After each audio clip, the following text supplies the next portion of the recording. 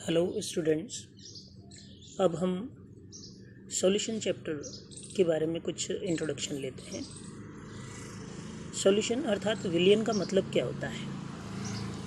विलयन विलय एवं विलायक दो पदार्थों से मिलकर बनता है। विलय जिसे घोलते हैं, विलायक जिसमें घोला जाता है।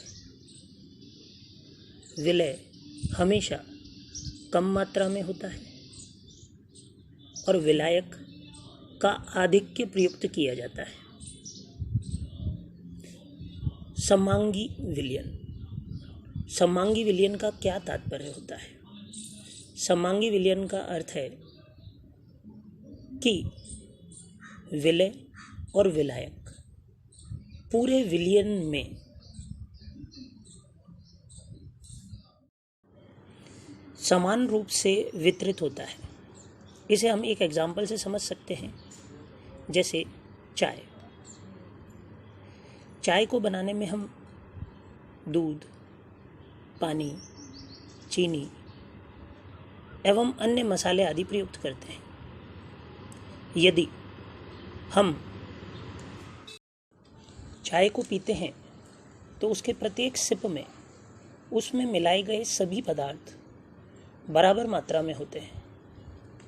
यह प्रवृत्ति समांगी कहलाती है। अर्थात विलयन समांगी प्रकृति के होते हैं। द्विअंगी विलयन। द्वि मतलब दो, अंग अर्थात दो अंग।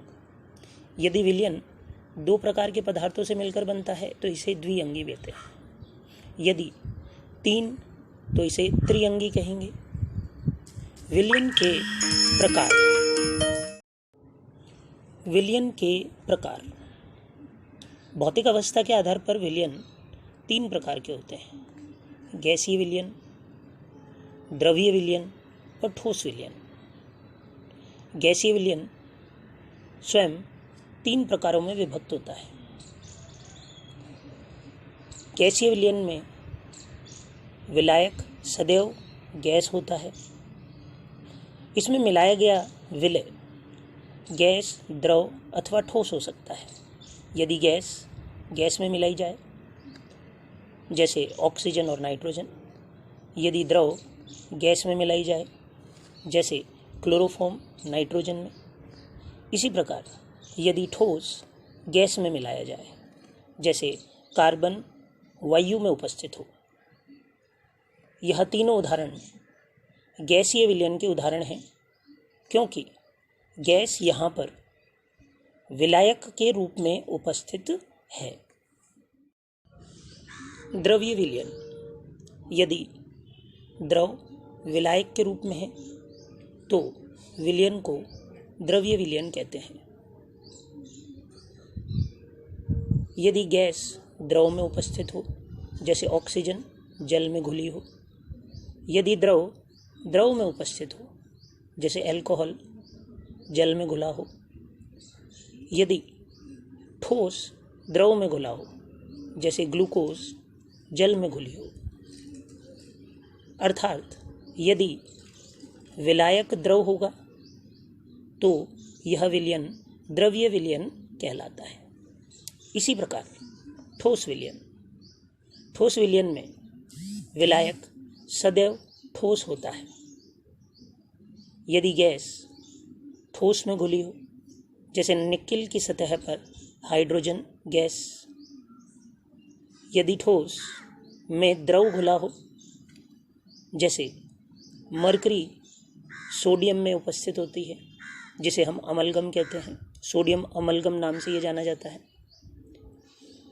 यदि ठोस में मिला हो। मिश्र धातु इस प्रकार के विलयन का उदाहरण है, क्योंकि मिश्र धातु में ठोस में उपस्थित होता है, अर्थात धातु के साथ मिश्रित होती है। अतः ठोस विलयन भी तीन प्रकार के होते हैं। सांद्रता। सांद्रता से क्या तात्पर्य है। सांद्रता सामान्यतः विलायक में विलय की मात्रा को व्यक्त करती है। इसी के आधार पर हम विलयन को तनु अथवा सांद्र रूप में व्यक्त करते हैं। हमारे सिलेबस में सांद्रता को व्यक्त करने के विभिन्न तरीके दिए गए हैं, जैसे द्रव्यमान प्रतिशत। द्रव्यमान प्रतिशत को ज्ञात करने के लिए हम उपरोक्त सूत्र को प्रयुक्त करते हैं। इस सूत्र के आधार पर विलेय की ग्राम मात्रा अपॉन विलयन की ग्राम मात्रा इंटू 100। इसी प्रकार आयतन प्रतिशतता को निम्न सूत्र से ज्ञात किया जाता है। विलय का आयतन अपॉन कुल आयतन, विलयन का कुल आयतन इंटू 100। मोल भिन्न को मोल प्रभाज्य से भी व्यक्त करते हैं।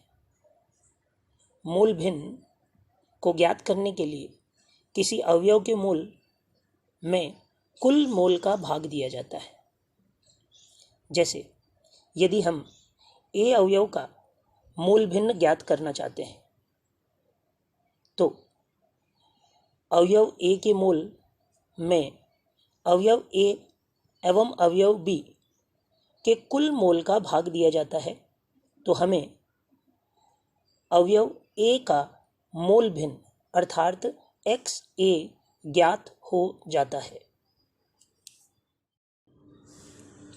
मोलरता को कैपिटल M से व्यक्त करते हैं और मोलरता को ज्ञात करने के लिए निम्न सूत्र को प्रयोग करते हैं।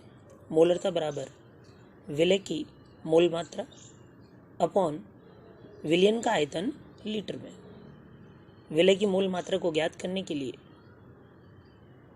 विलय के ग्राम भार में उसके मोलर द्रव्यमान का भाग दिया जाता है, तो उसके मोल ज्ञात हो जाते हैं।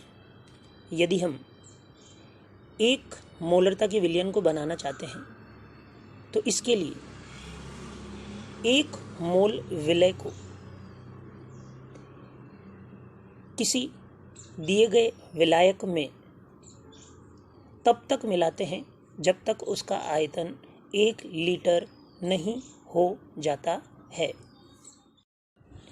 मोललता को स्मॉल m से व्यक्त किया जाता है और इसे ज्ञात करने के लिए निम्न सूत्र को प्रयोग करते हैं। मोललता बराबर विलय के मोल एवं विलायक की 1 किलोग्राम मात्रा। अर्थात यदि हम 1 m विलयन को निर्मित करना चाहते हैं